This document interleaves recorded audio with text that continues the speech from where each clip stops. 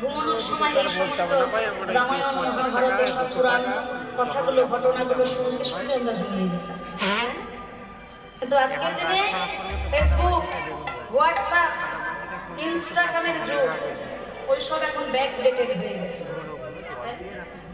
কিন্তু এই যে শিক্ষা, এই যে আমাদের সংস্কৃত ভারত সাহিত্যে যে কত সুন্দর সুন্দর শিক্ষা, এই শিক্ষাগুলো থেকে আজকে বঞ্চিত হয়ে যাচ্ছে।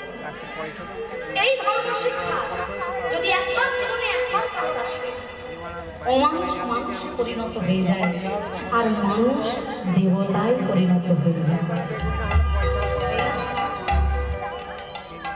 কিন্তু আজকে আমাদের যে সমাজ, এই সমাজ অমানুষকে মানুষ হতে দেবে না।